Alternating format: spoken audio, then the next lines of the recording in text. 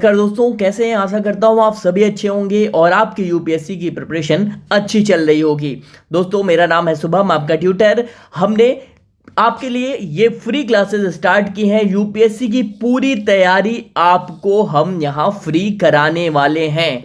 इसी क्रम में आज ये दूसरी क्लास है। जो आपका सब्जेक्ट चल रहा है वो पॉलिटी यहाँ पे से सब्जेक्ट से स्टार्ट किया गया है और आज पॉलिटी की सेकंड क्लास है, दूसरी क्लास है। पहली जो क्लास है वो कल अपलोड की गई थी। मुझे उम्मीद है कल की क्लास में आपने जो भी मैंने आपको पढ़ाया वो आपने आसानी से आपको समझ में आ गया होगा और आप अपने नोट्स बनाते चल रहे होंगे। क्लास की आज दूसरी क्लास की शुरुआत मैं अभी करता हूं, लेकिन उससे पहले मैं थोड़ी इंफॉर्मेशन आपके साथ शेयर कर देता हूं जो डाउट्स हैं आपके क्लास के रिगार्डिंग। ठीक है, सबसे पहली बात, आपने नोट्स बनाते चलना है। क्या करना है? नोट्स जो है वो बनाते चलना है। जो मैं पढ़ा रहा हूं, जो लिख रहा हूं, उसे आप नोट्स बनाते चलें। दूसरी बात, आप कहते हैं कि बुक्स मटेरियल के बारे में कि बुक्स कौन सी पढ़ें, क्या ये इतना ही सफिशिएंट है जो पढ़ाया जा रहा है। तो अभी आपने क्या करना है, अभी आपको कोई भी किताब नहीं पढ़नी है। जो मैं पढ़ा रहा हूं वही आपको भी पढ़ना है।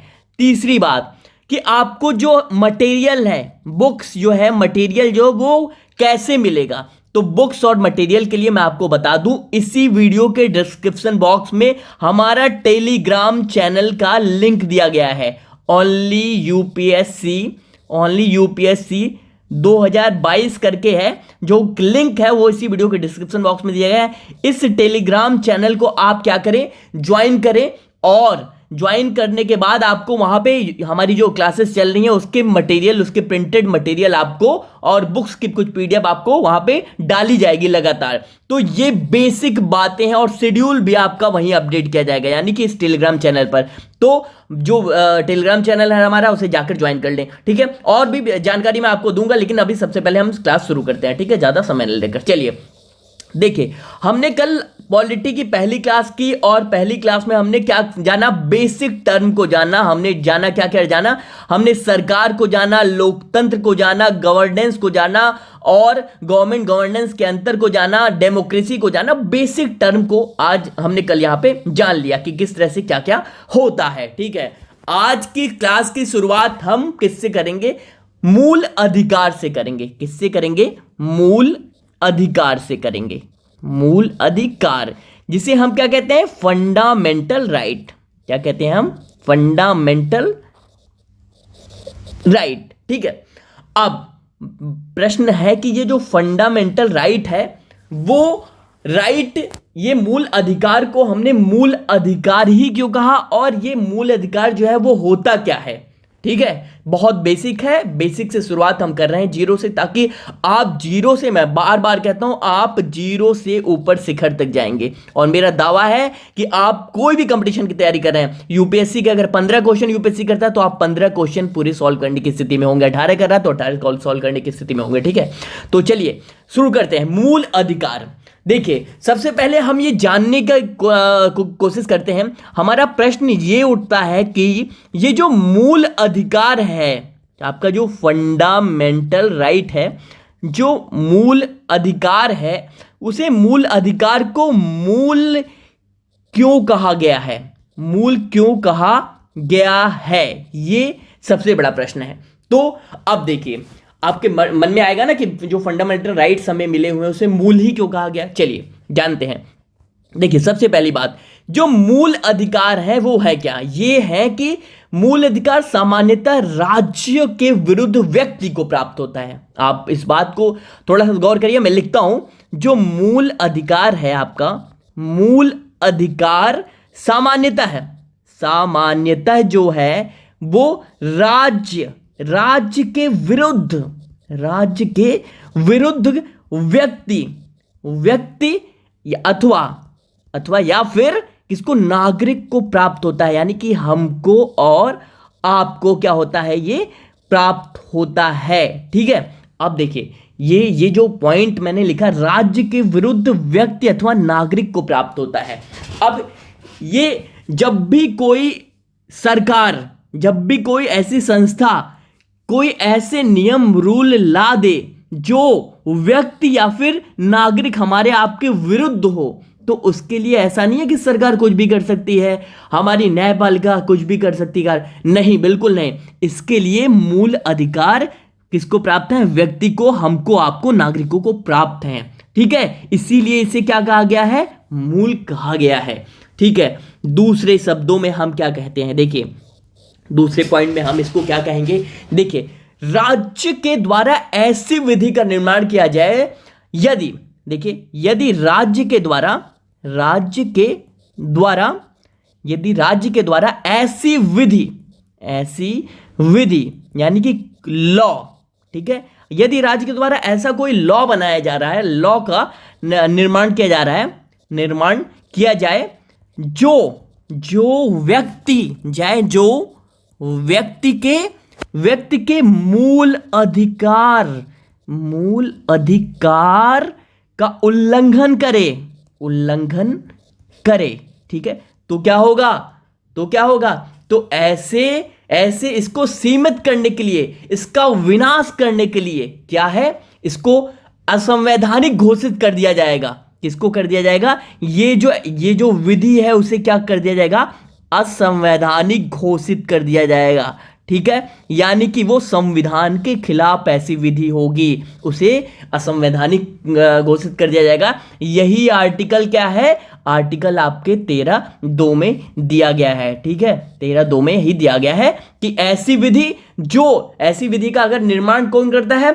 आपकी संसद करती है, कोई भी करता है ऐसी विधि का निर्माण जो आपके मूल अधिकारों का उल्लंघन करेगा, तो वो क्या होगा? वो असंवैधानिक करार दिया जाएगा। ठीक है, तो और इसे नोट डाउन करते चले, मैं ऐसे इरेज कर रहा हूं और पॉइंट्स में आपको बताता हूं। देखिए, बहुत बेसिक बातें हैं जो आपको जाननी चाहिए, और यही बेसिक बात थी यूपीएससी, छोटी बातें यूपीएससी अपने क्वेश्चन पेपर में दे जाता है, और जब क्वेश्चन पेपर आपके सामने आता है तो आपके सामने क्या होता है? दुविधा उत्पन्न हो जाती है। चलिए, तीसरा पॉइंट हम इसे जानने की कोशिश करते हैं। देखिए, तीसरे पॉइंट में हम ये कह सकते हैं कि देखिए, जो मूल अधिकार के उल्लंघन के पश्चात, यानी कि यदि किसी व्यक्ति का, ठीक है, या फिर किसी समाज के किसी नागरिक का, ठीक है, नागरिक का यदि उसका मूल अधिकार का उल्लंघन हो रहा है, मूल अधिकार का उल्लंघन होता है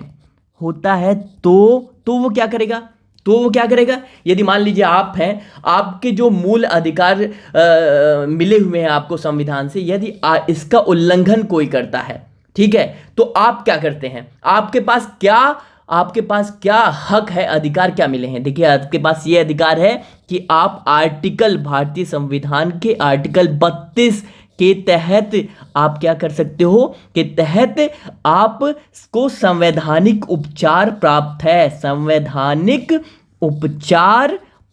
है। आप ये कहेंगे कि संवैधानिक उपचार क्या है? ये संवैधानिक उपचार ये है कि आर्टिकल 32 है, इसके तहत आप सीधा कहाँ जा सकते हो?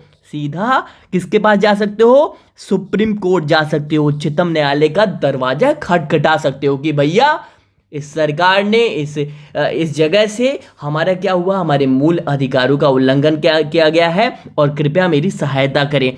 और सुप्रीम कोर्ट सीधा इसकी सुनवाई आर्टिकल 32 के तहत करता है।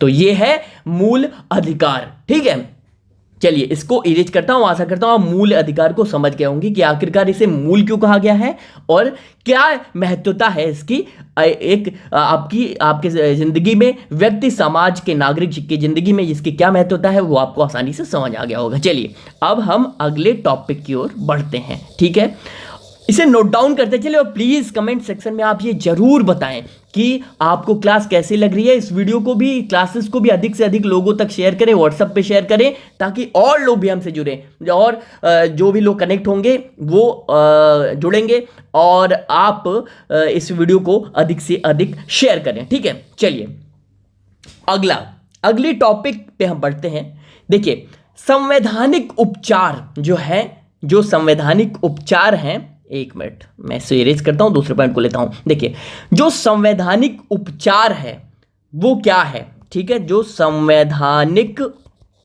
उपचार है, उपचार ऑब्लिक जो रिट जारी करने की शक्ति, आपने सुना है रिट जारी करने की शक्ति। ठीक है, अब ये रिट क्या होता है, ये जो रिट है वो क्या होता है वो हम आपको बताते हैं। चलिए, संवैधानिक उपचार जिसे कहते हैं या फिर रिट जारी करने की शक्ति। देखिए ये रिट क्या है, सबसे पहले ये जानते हैं कि ये रिट क्या है। देखिए रिट जो है, रिट किसे कहते हैं, रिट तो ये है उच्चतम न्यायालय का लिखित आदेश, यानी कि जो ये रिट है उसे हम क्या कहते हैं, ये रिट जो है वो होता है कि उच्चतम न्यायालय एससी सुप्रीम कोर्ट का लिखित आदेश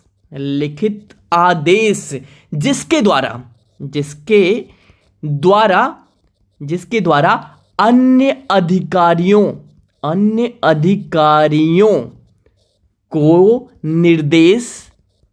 को निर्देश दिया जाए।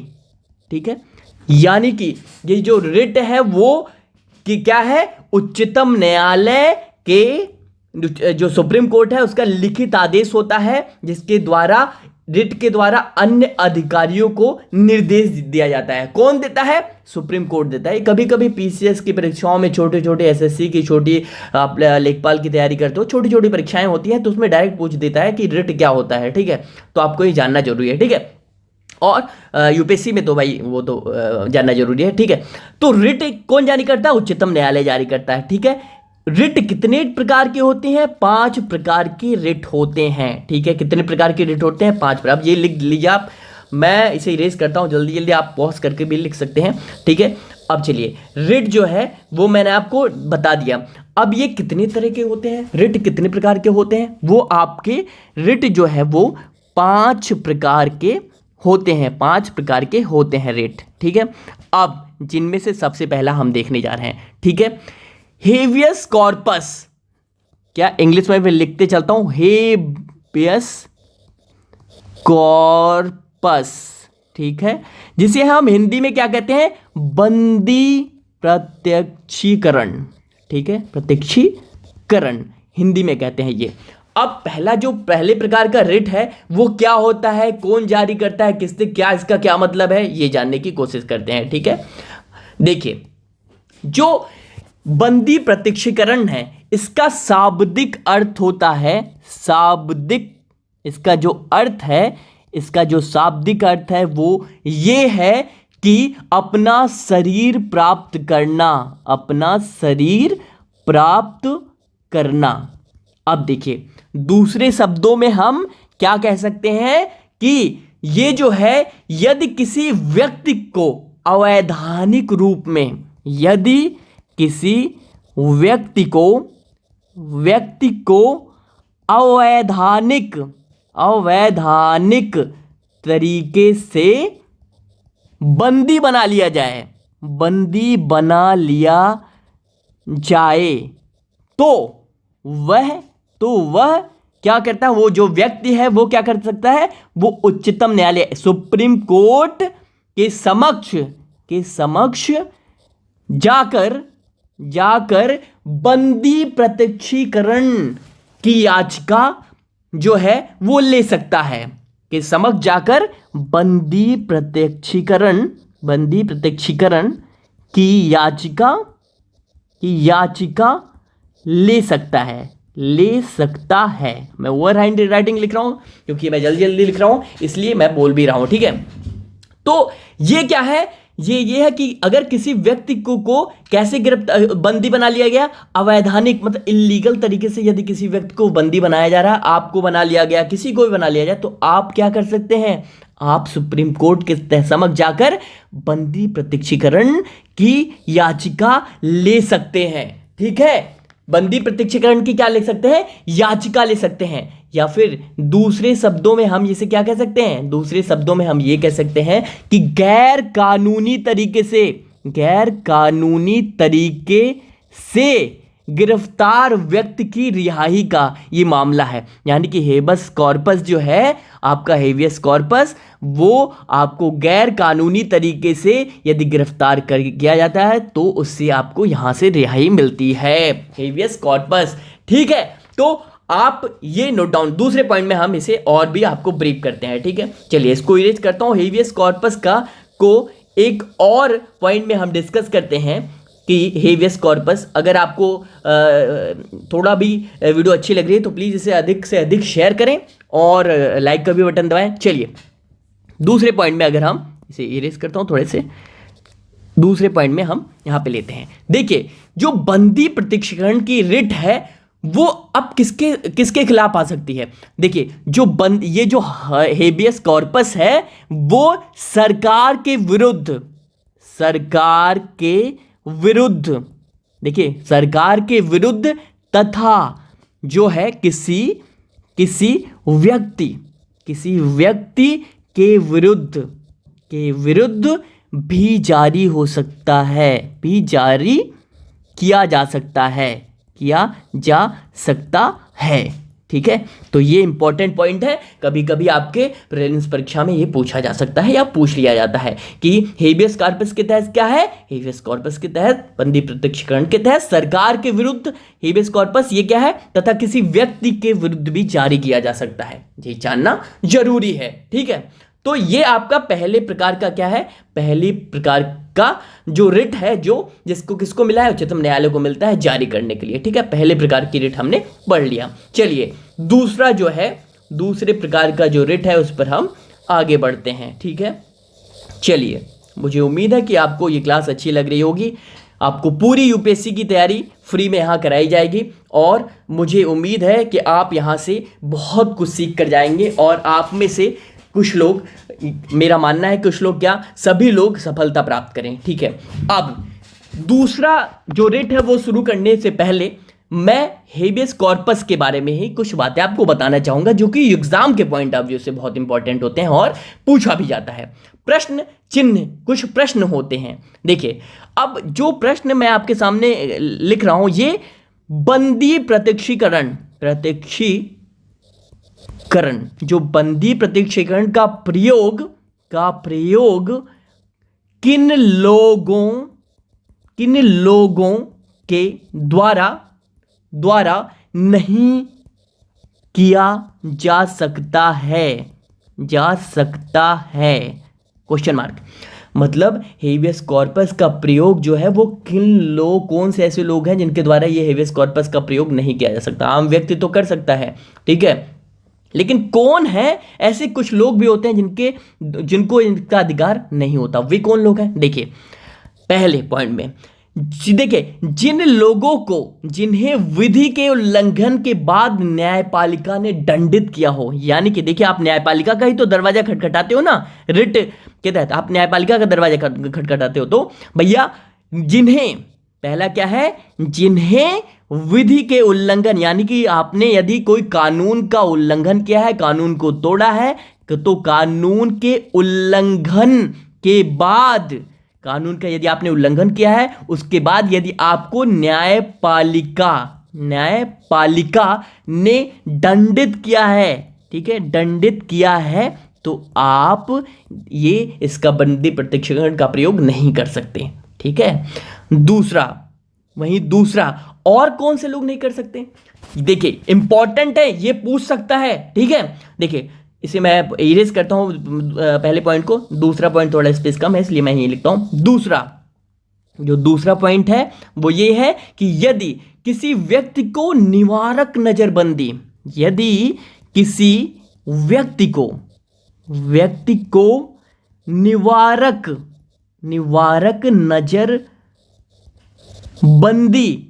निवारक नजरबंदी, जिसे इंग्लिश में क्या कहते हैं, प्रिवेंटिंग डिटेंशन। ठीक है, तो प्रिवेंटिंग, ठीक है, तो यदि किसी व्यक्ति को निवारक नजरबंदी के अंतर्गत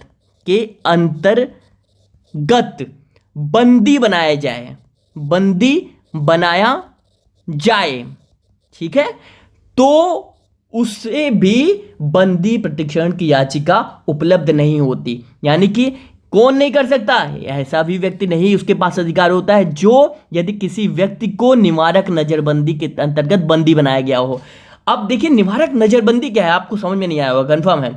देखिए निवारक नजरबंदी ये होता है कि यदि किसी व्यक्ति को पुलिस ने या फिर किसी ने अपराध करने से पहले ही ये शक होता है कि भैया डिटेन किया जा रहा है, होता है ना कि भैया ये लोग शांति व्यवस्था भंग कर सकते हैं, ये लोग ऐसी गतिविधियां कर सकते हैं, तो उन पर कानूनी कार्रवाई पहले की जाती है, उनको नज़रबंद कर जाता है, अपने घर में ही बंद कर दिया जाता है, निकलने नहीं दिया जाता। तो ये निवारक नज़रबंदी है, ठीक है। तो ऐसे भी व्यक्ति जिनको अपराध करने से पहले ही रोक दिया जाता है, वो व्यक्ति भी इसका प्रयोग नहीं कर सकते, यानी कि खटखटा नहीं सकते दरवाजा, ठीक है।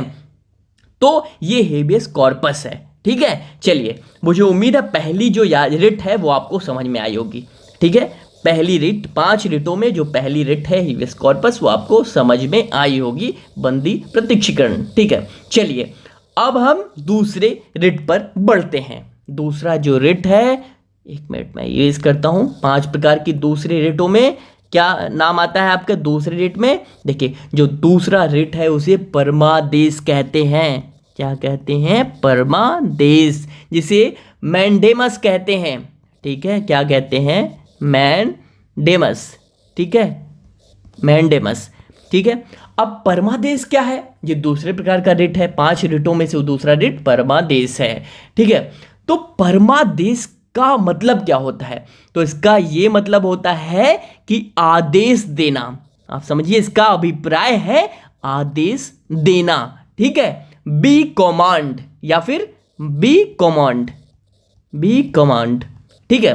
तो आदेश देना, जिसके अंतर्गत, अब इसके अंतर्गत क्या होता है? इसके अंतर्गत ये होता है कि सुप्रीम कोर्ट यानी कि उच्चतम न्यायालय किसी सार्वजनिक पद पर बैठे अधिकारी को, सुप्रीम कोर्ट किसी पब्लिक जो पोस्ट है सार्वजनिक, एक मिनट मैं इसे इरेज करता हूं, सार्वजनिक पद पर बैठे अधिकारी को क्या करता है? अपने सार्वजनिक कार्य के संपादन के लिए आदेश देगा, यानी कि सुप्रीम कोर्ट क्या कहता है कि इस पर सुप्रीम कोर्ट ऑर्डर देता, आदेश देता है, किसको? ऐसे व्यक्ति जो सार्वजनिक पद पर यानी कि सरकारी पद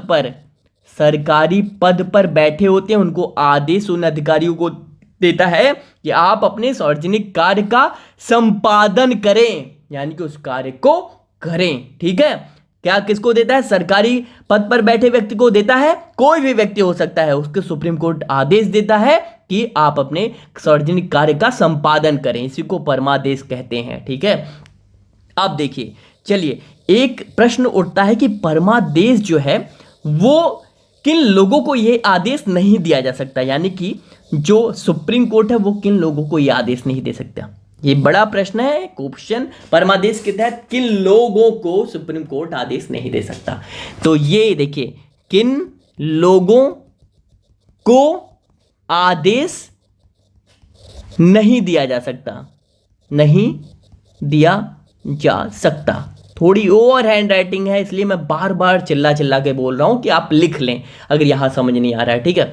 तो किन लोगों को आदेश नहीं दिया जा सकता? सबसे पहला, किसी निजी पद पर बैठे अधिकारी को, यानी कि सरकारी अधिकारी ना हो, यदि कोई निजी पद हो किसी का, तो उस पर ऐसी जो है वो ये परमादेश नहीं चलता है, उस पर आदेश नहीं दे सकता। दूसरा पॉइंट जो अति महत्वपूर्ण है वो ये है भैया कि राष्ट्रपति और राज्यपाल ये दोनों ऐसे हैं जिन पर ये परमादेश लागू नहीं होता, उस पर अधिकार क्या नहीं दे सकता? सुप्रीम कोर्ट उसको आदेश नहीं दे सकता। ये इंपॉर्टेंट पॉइंट है कि राष्ट्रपति और राज्यपाल को परमादेश नहीं दिया जा सकता। ठीक है, तो दूसरे प्रकार का हमारा रिट क्या है? परमादेश। ठीक है, चलिए इसको यूज करते हैं और तीसरे प्रकार की रिट पर अपने आते हैं। मुझे उम्मीद है कि आपको बहुत अच्छे से समझ आ रहा होगा। अगर अच्छे से कुछ भी समझ आ रहा है तो प्लीज़ कमेंट सेक्शन में ज़रूर बताएं कि आपको कैसे समझ में आ रहा है। मेरा दावा है कि आपको पॉलिटी से एक भी प्रश्न नहीं छूटेंगे, एक भी प्रश्न नहीं छूटेंगे। ठीक है, चलिए तीसरे प्रकार की जो रिट है उस पर आ जाते हैं। जो तीसरा रिट है जो जारी किया जाता है वो है प्रतिषेध। क्या है? प्रतिषेध। अब देखिए भैया, ये प्रतिषेध क्या होता है? ठीक है, प्रतिषेध क्या होता है, जिसे प्रोहिबिशन कहते हैं इंग्लिश में। ठीक है, अब देखिए प्रतिषेध क्या है। प्रतिषेध का अर्थ जो है, इसका अर्थ होता है मना करना। क्या होता है? मना करना। अब देखिए होता क्या है ये मना करना, इसका अर्थ है प्रतिषेध का मना करना। अब देखिए इसका क्या मतलब है। ये जो है उच्चतम न्यायालय के द्वारा अपने से अधीन न्यायालयों को दिया जाता है। आप समझ रहे हैं बात क्या है? ये सुप्रीम कोर्ट द्वारा, उच्चतम न्यायालय द्वारा अपने से अधीन किसको दिया जाता है? न्यायालयों को दिया जाता है। और सुप्रीम कोर्ट से अधीन कौन न्यायालय है? हाई कोर्ट हो गया, डिस्ट्रिक्ट कोर्ट हो गया, इस तरह के ये सारे न्यायालय क्या है? सुप्रीम कोर्ट के अधीन आते हैं। तो अपने से अधीन न्यायालयों को प्रतिषेध जारी कर सकता है कौन? सुप्रीम कोर्ट जारी कर सकता है। ठीक है, चलिए दूसरे पॉइंट में हम और समझते हैं कि प्रतिषेध होता क्या है। देखिए इसके अंतर्गत, यानी कि प्रतिषेध के अंतर्गत उच्चतम न्यायालय जो है वो अन्य न्यायालयों को किसी मामले की सुनवाई करने से क्या कर सकता है? प्रतिबंधित कर सकता है। यानी कि सुप्रीम कोर्ट के इस रिट के द्वारा सुप्रीम कोर्ट की शक्ति प्राप्त है कि सुप्रीम कोर्ट अन्य न्यायालयों, उससे अधीन न्यायालयों जो हैं, उससे अन्य न्यायालयों को क्या कर सकता है? को किसी मामले की सुनवाई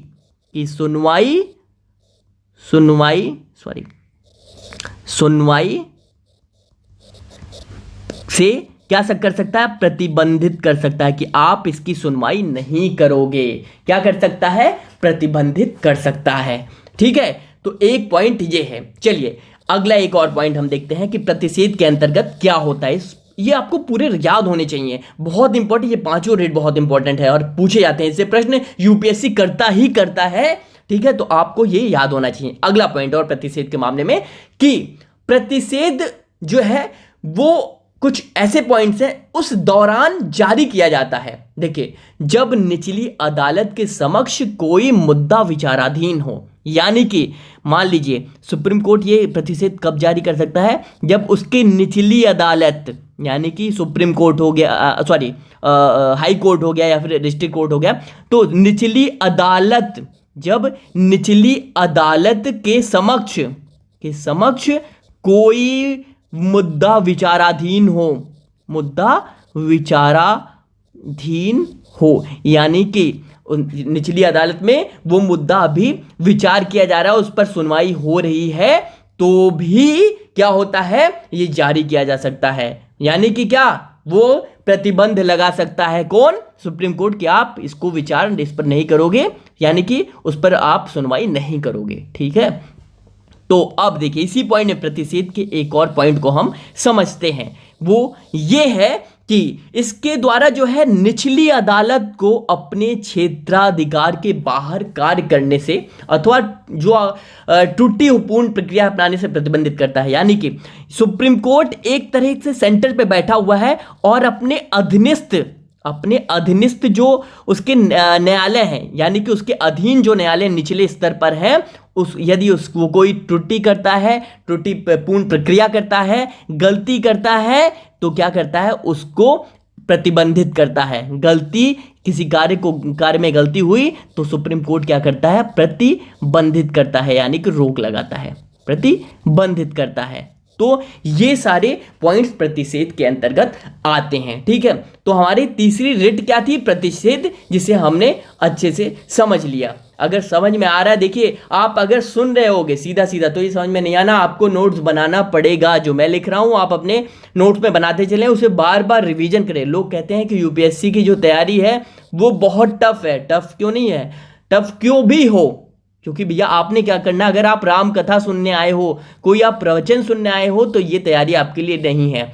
लोग कहते हैं यूपीएससी में याद नहीं करना होता, तो भैया सही बात है, याद नहीं करना होता, लेकिन जो याद है ना वो किस में कन्वर्ट हो जाता है, वो लर्न जो है वो किस में, रिवीजन में कन्वर्ट हो जाता है। और रिवीजन जब बार बार मल्टीपल टाइम आप रिवीजन करते हो तो ही आप यूपीएससी के क्वेश्चन को सॉल्व कर पाते हो। और रिवीजन क्या है, जब बार बार किसी चीज को पढ़ोगे तो क्या हो जाएगा, वो रिवीजन क्या हो गया, याद हो जाएगा। तो भैया जो रिवीजन है वो दूसरे शब्दों में क्या है, याद ही करना होता है। तो बार बार आपको अपने कमांड बनाना होगा अपने नोट्स पर, जो आप यहां से तैयार करेंगे, ठीक है। चलिए चौथे पॉइंट पे आते हैं हम। क्या है हमारा चौथा जो है, हमारा जो रिट है वो चौथी रिट क्या है, आप क्यो वारंटो, ठीक है, यानी कि अधिकार परीक्षा, जिसे कहते हैं हिंदी में अधिकार परीक्षा, ठीक है, क्यो वारंटो, ठीक है। अब ये चौथे प्रकार का रिट है। ये होता क्या है, इसका शाब्दिक अर्थ है, यानी कि इसका अर्थ ये निकलता है कि बाय व्हाट एन ऑथोरिटी। अब समझें आप, ये समझ में नहीं आया होगा बाय व्हाट एन अथॉरिटी क्या है। देखिए किस आधार पर यह काम किया गया, इसका अर्थ यह है कि किस आधार पर यह काम किया गया, किस आधार पर कार्य किया गया, ठीक है। इसका अर्थ है किस आधार पर कार्य किया गया। अब ये बताइए अधिकार परीक्षा क्या होता है। चलिए देखिए, यदि किसी व्यक्ति के द्वारा कोई सार्वजनिक पद नियंत्रित कर लिया जाए, यानी कि यदि कोई व्यक्ति है जिसके द्वारा, व्यक्ति के द्वारा कोई सार्वजनिक पद यानी कि सरकारी पद, ठीक है, जो सरकारी पद है वो क्या है, वो नियंत्रित कर लिया जाए, तो भैया क्या कर सकता है, जिसके लिए जो व्यक्ति है, यदि कोई सरकारी पद ले लेता है, जिसके लिए वो क्या है, जिसके लिए वो व्यक्ति योग्य नहीं है, व्यक्ति योग्य नहीं है, तो क्या होता है, नहीं है, तो क्या होगा, तो अधिकार परीक्षा, यानी कि ये जो रिट है अधिकार परीक्षा वो जारी किया जाता है। बाय व्हाट एन अथॉरिटी, वो पूछा जाता है कि किस आधार पर कार्य किया, ठीक है, जिसके लिए वो योग्य नहीं है, तो ये अधिकार परीक्षा यही होती है, ठीक है।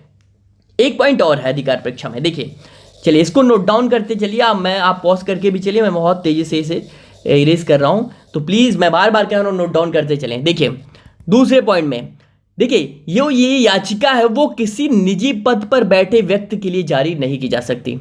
मैंने इससे पहले भी बताया किसको जारी की जा सकता है, किसको नहीं जारी किया जा सकता, तो भैया ये सरकारी सार्वजनिक पद पर बैठे ही व्यक्ति पर क्या की जा सकती है, जारी की जा सकती है। यानी कि निजी पद पर कोई व्यक्ति अगर निजी पद पर बैठा हुआ है, निजी पद पर बैठे व्यक्ति पर जारी नहीं की जा सकती, ठीक है। तो ये क्या है, हमारी चौथी प्रकार की जो क्या है रिट है अधिकार परीक्षा, वो हमने जाना, ठीक है। चलिए पांचवें प्रकार का जो रिट है, अंतिम पांचवें प्रकार की रिट, वो हम जानते हैं। देखिए पांचवा जो रिट है उसे उत्प्रेषण कहते हैं, उत्प्रेषण। और कौन जारी कर रहा भैया, सुप्रीम कोर्ट। ये कौन, किसके पास है अधिकार, सुप्रीम कोर्ट के पास है ये पांच रिट, ठीक है। चलिए उत्प्रेषण को हम जानते हैं। देखिए अब उत्प्रेषण का मतलब क्या होता है, उत्प्रेषण का ये मतलब है टू सर्टिफाई, एक मिनट, टू सर्टिफाई यानी कि प्रमाणित करना। अब आप समझ पा रहे हैं क्या है ये। देखिए इसका ये मतलब है कि उच्चतम न्यायालय यानी कि सुप्रीम कोर्ट के द्वारा किसी भी मामले को अन्य अदालतों से मंगाकर अपने पास सुनवाई किया जा सकता है। इसका मतलब है उत्प्रेषण के द्वारा ये होता है कि सुप्रीम कोर्ट के पास वो पावर है कि वो अन्य अदालतों से न्यायालयों से क्या कर सकता है, कोई मामला अन्य न्यायालयों से मामला मामलों को मंगाकर खुद क्या कर सकता है, खुद सुनवाई कर सकता है।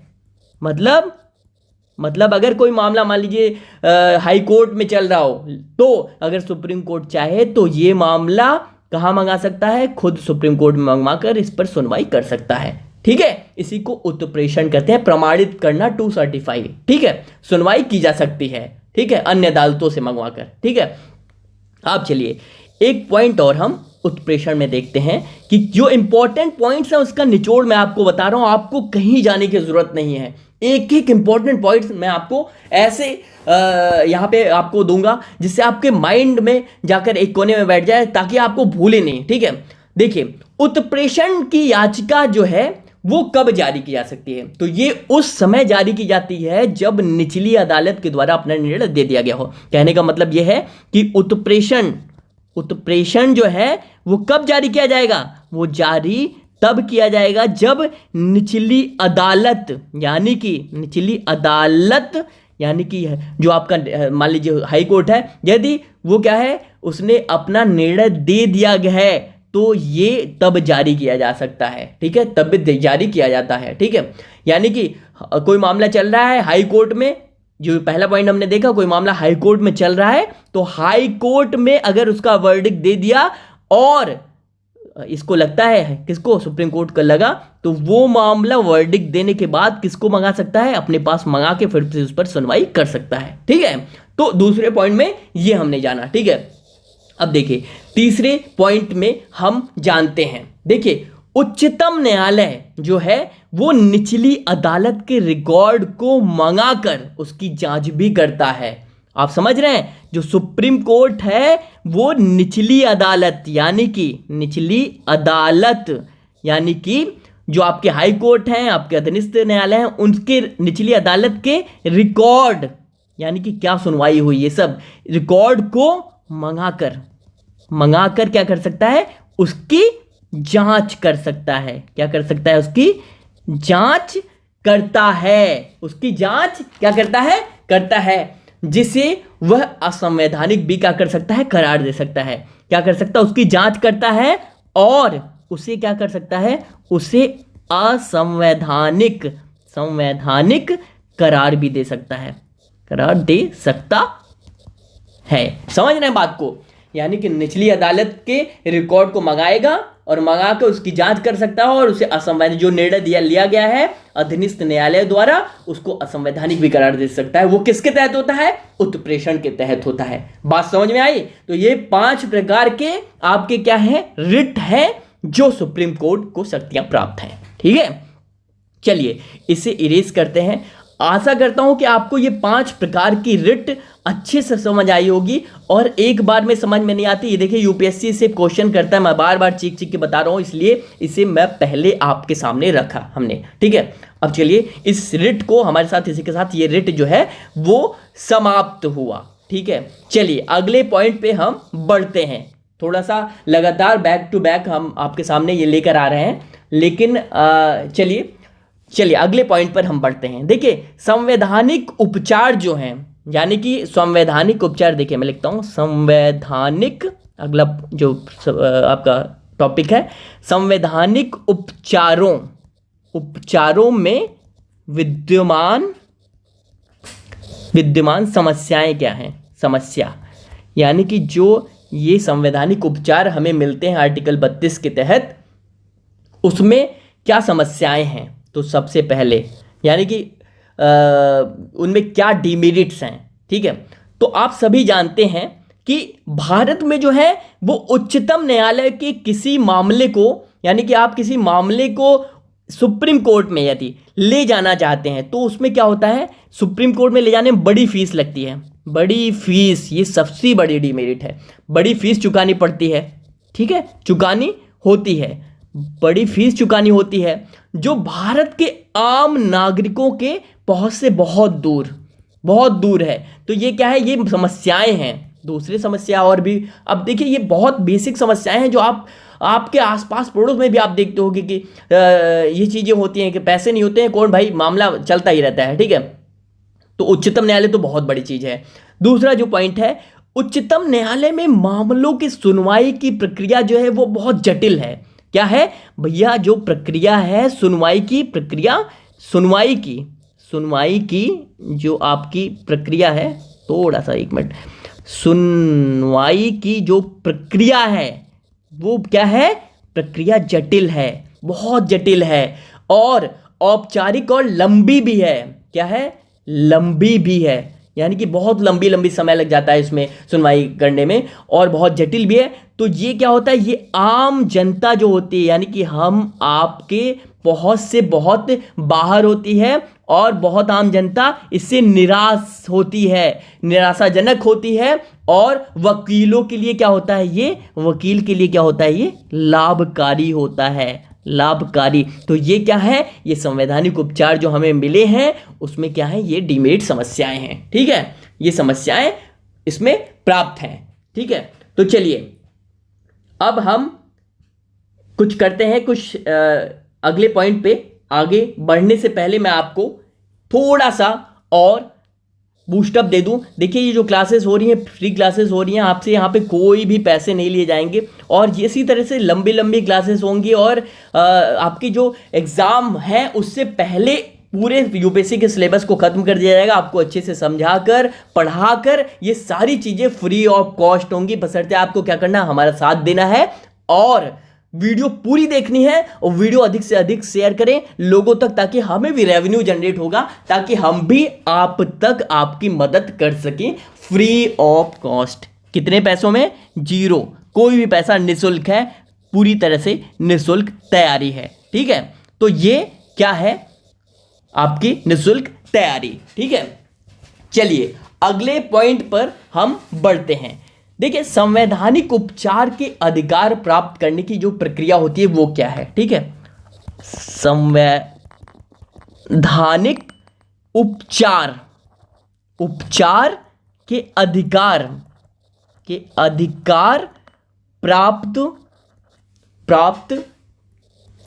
करने की प्रक्रिया, यानी कि किस प्रक्रिया के तहत आपको ये जो संवैधानिक उपचार है, ठीक है, या तो कॉन्स्टिट्यूशनल रेमेडीज जो मिली हुई हैं, वो किस अधिकार प्राप्त, आप क्या प्रक्रिया के तहत जाएंगे? ठीक है, प्रोसीजर ऑफ लोकस स्टैंडी जिसे हम कहते हैं, इंग्लिश में क्या कहते हैं?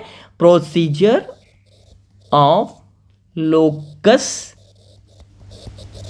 स्टैंडी। ठीक है, अब देखिए ये जो है इसकी प्रक्रिया क्या है, हम ये समझते हैं। ठीक है, तो उच्चतम न्यायालय ने परंपरागत रूप में मूल अधिकारों की रक्षा के लिए क्या किया था? वादी प्रतिवादी प्रक्रिया का प्रयोग किया था। ठीक है, वादी प्रतिवादी प्रक्रिया का प्रयोग किया। अब ये वादी प्रतिवादी प्रक्रिया क्या है ये आप जानते हैं? देखिए मैंने क्या बताया आपको, जो मूल अधिकारों की रक्षा के लिए सुप्रीम कोर्ट ने क्या किया, एक बार मैं इसे इरेज करता हूं। सुप्रीम कोर्ट ने एससी ने मूल अधिकार की रक्षा के लिए क्या किया? वादी प्रतिवादी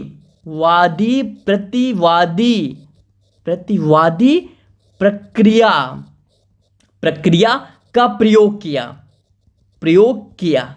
अब आप समझेंगे कि वादी प्रतिवादी प्रक्रिया क्या है। देखिए इसके अनुसार जो है, वादी प्रतिवादी प्रक्रिया के अनुसार क्या होता है, जो मूल अधिकार हैं उन अधिकारों की जो रक्षा के लिए वही व्यक्ति जो है, रक्षा के लिए वही व्यक्ति कहाँ जाएगा? सुप्रीम कोर्ट आएगा जिसके मूल अधिकारों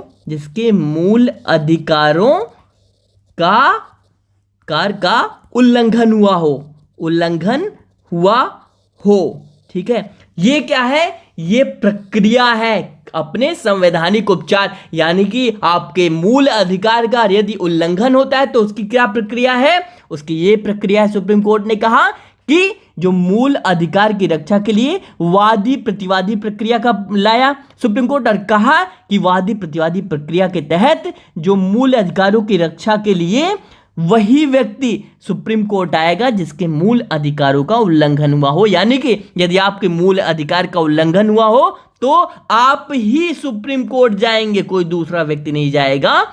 ये क्या होगा, आपके मूल अधिकार यदि आपका उल्लंघन हुआ तो आप सुप्रीम कोर्ट आप जाएंगे, किसके तहत, वादी प्रतिवादी प्रक्रिया का प्रयोग करके। ठीक है, तो ये क्या है, ये क्या है, यदि आपका हनन हुआ तो आप इसी के तहत ये जाएंगे। ठीक है, चलिए ये पॉइंट हो गया। अगला पॉइंट इसी के अंतर्गत एक पॉइंट और, इसी के अंतर्गत एक पॉइंट और है, ये आप लिखते चलें, वो इसके बहुत जल्दी होता है तो लिखते चले, रिवाइज करते चलें। ठीक है, चलिए अब देखिए जो ये प्रक्रिया है, इस प्रक्रिया के कारण जो है समाज का जो वंचित वर्ग है अपने अधिकारों के लिए उच्चतम न्यायालय क्या हुआ, नहीं पहुंच सका।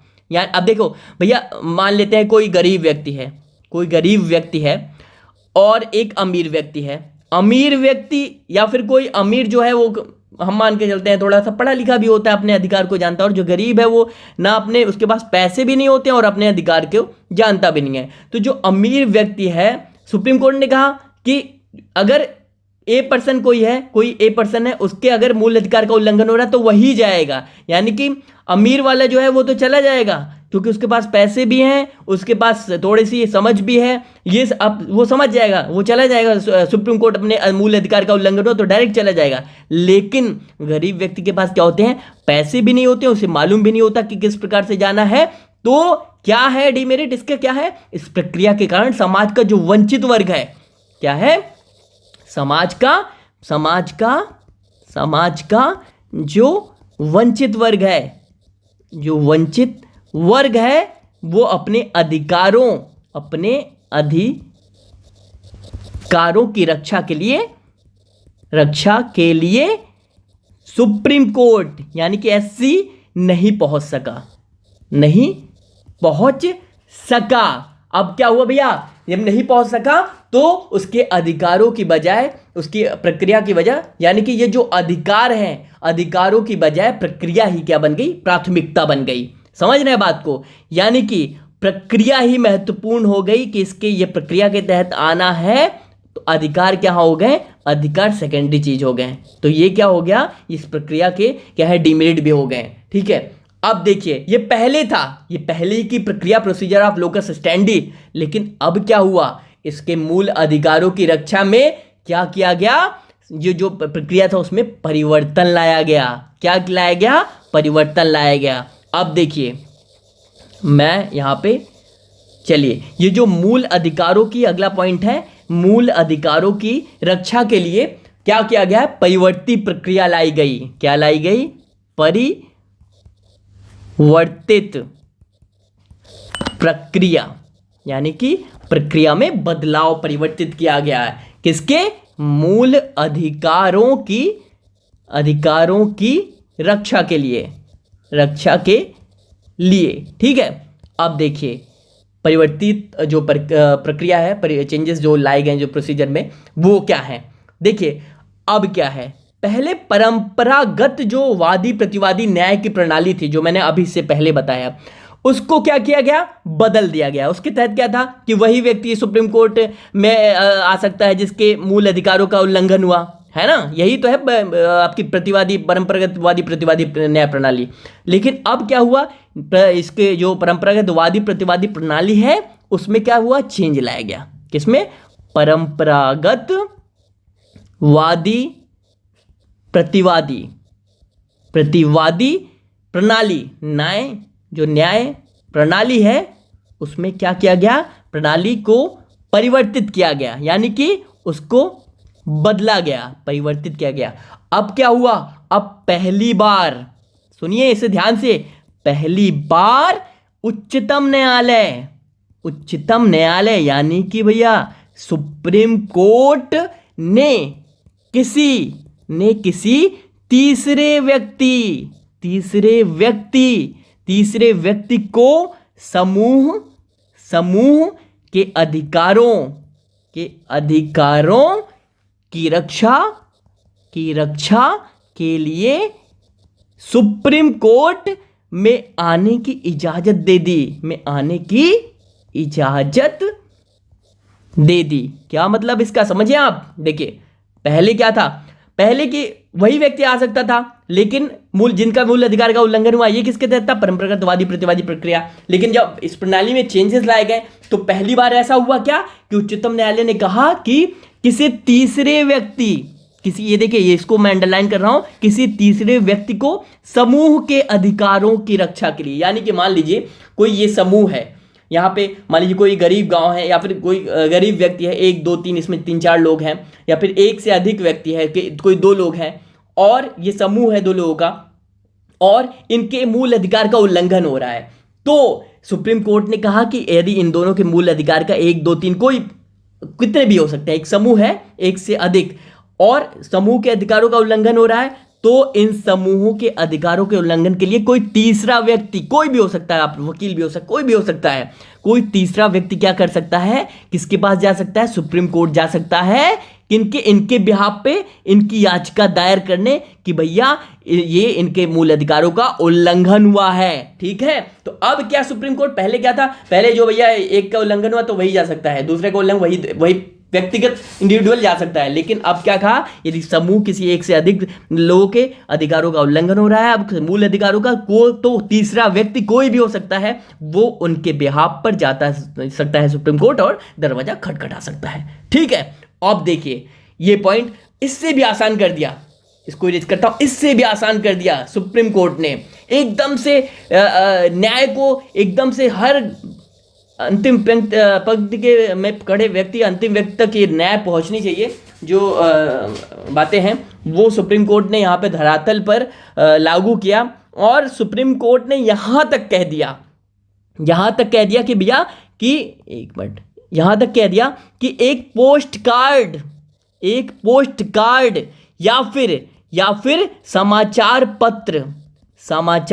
पत्र की रिपोर्ट भी याचिका मान ली जाएगी, मान लिया जाएगा। समझ रहे हैं इसका क्या मतलब है?